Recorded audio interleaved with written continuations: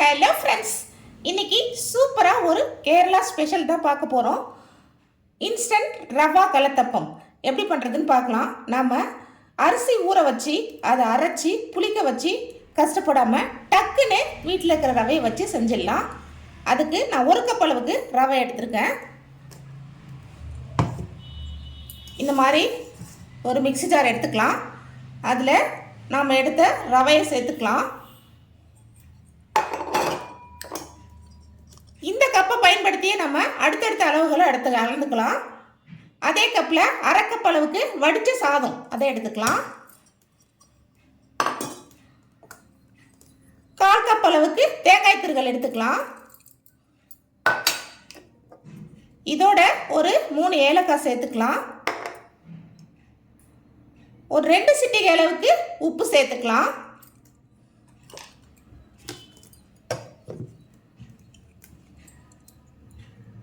சேர்த்துட்டு இதை நல்லா நம்ம எந்த கப்பில் ரவை எடுத்தோமோ அதே கப்பில் 1 கப் அளவுக்கு தண்ணி சேர்த்து அரைச்சி எடுத்துக்கலாம்.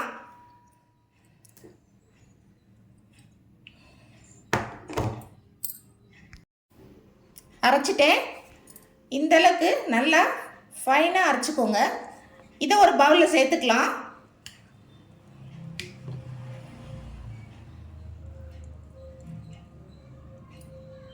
கலத்தப்பத்துக்கு நான் எந்த கப்பில் ரவை எடுத்தனோ அதே கப்பில் 3/4 கப் அளவுக்கு நாட்டு சர்க்கரை எடுத்துருக்கேன். நீங்கள் வெல்லம் கருப்பட்டி எது வேணாலும் சேர்த்துக்கலாம். இது ஸ்டவ் ஆன் பண்ணி ஒரு பவுல் வச்சுருக்கேன். அதில் இந்த வெல்லத்தை சேர்த்துட்டேன். அதோட 1/4 கப் அளவுக்கு தண்ணி சேர்த்துக்கலாம். நிறைய தண்ணி வேணாம், ஏற்கனவே நம்ம தண்ணி ஊற்றி தான் அந்த மாவு அரைச்சி வச்சுருக்கோம். இதை அப்படியே கரைச்சிக்கலாம். வெல்லம் கரைஞ்சால் மட்டும் போதும். இது கரைஞ்சிட்ருக்கட்டும். இப்போது இன்னொரு பக்கம் ஸ்டவ் ஆன் பண்ணி ஒரு கடாய் வச்சுருக்கேன். கடாய் சூடானதும் அதில்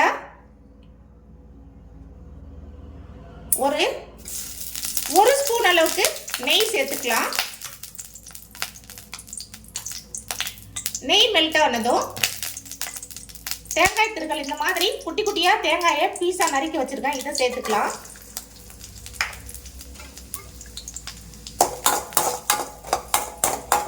இதை நல்லா வறுத்துக்கலாம்.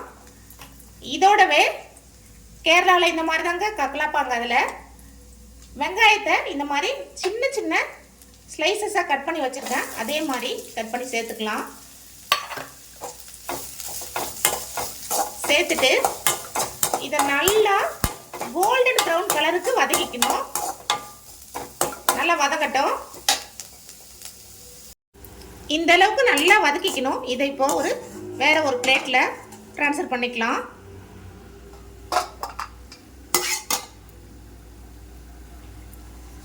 இப்போ இன்னொரு பக்கம் நம்ம வெல்லமும் கரைஞ்சிடுச்சு. இதை சுட சுட இந்த மாவுல சேர்த்துக்கலாம். இப்போ வறுத்து வச்ச அந்த தேங்காய் வெங்காயம் கலவையை இந்த மாவில் சேர்த்துக்கலாம். இதோடவே சுட சுட அந்த வெல்லம் கரைச்சோம் இல்லைங்களா, அதை சேர்த்துக்கலாம். இது சூடாக மிக்ஸ் பண்ணுறப்ப தாங்க அவ்வளோ சாஃப்டாக இருக்கும். இதை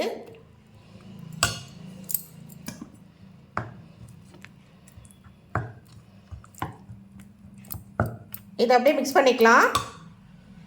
மாவு மிக்ஸ் பண்ணிட்டேன். இப்போ கலத்தப்பம் ரெடி பண்ணிக்கலாம்.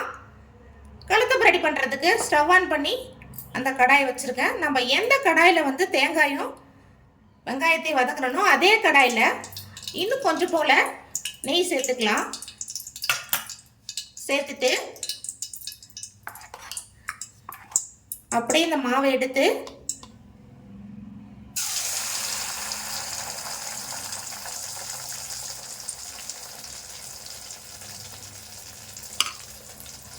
ஊற்றிட்டேன்.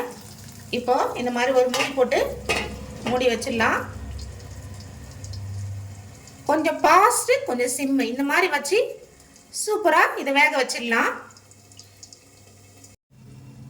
ரெடி ஆயிடுச்சா பார்க்கலாம்.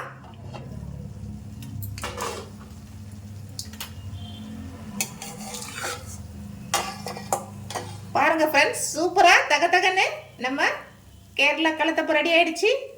இதே போல் அடுத்ததையும் ஊற்றிடலாம். ஊற்றிட்டு சர்வ் பண்ணிட்டு உங்களுக்கு காமிக்கிறேன். பாருங்க ஃப்ரெண்ட்ஸ், தக்க தக்கன்னு நம்ம ரவா கலத்தப்பம் ரெடி ஆயிடுச்சு. நீங்களும் இதே மாதிரி ட்ரை பண்ணி பாருங்கள். உங்களுக்கு இன்னும் கூட சாஃப்டாக வேணும்னா கொஞ்சமாக ஆப்ப சோடா சேர்த்துக்கோங்க. இப்போவே இது இவ்வளோ சாஃப்டாக இருக்குது. நான் புட்டு காமிக்கிறேன் பாருங்கள். பாருங்கள் எவ்வளோ சூப்பராக இருக்குன்னு சொல்லிட்டு பாருங்கள் ஃப்ரெண்ட்ஸ், ட்ரை பண்ணி பாருங்கள். டக்குன்னு குயிக்காக வீட்டில் இருக்கிற பொருளை வச்சே செஞ்சிடலாம். நம்ம புளிக்க வைக்கணும்ல அவசியம் கிடையாது. இந்த ரெசிபி உங்களுக்கு பிடிச்சிருந்தா லைக் பண்ணுங்கள், ஷேர் பண்ணுங்கள். அப்படியே மறக்காமல் நம்ம சேனலை சப்ஸ்கிரைப் பண்ணிக்கோங்க. Thank you friends.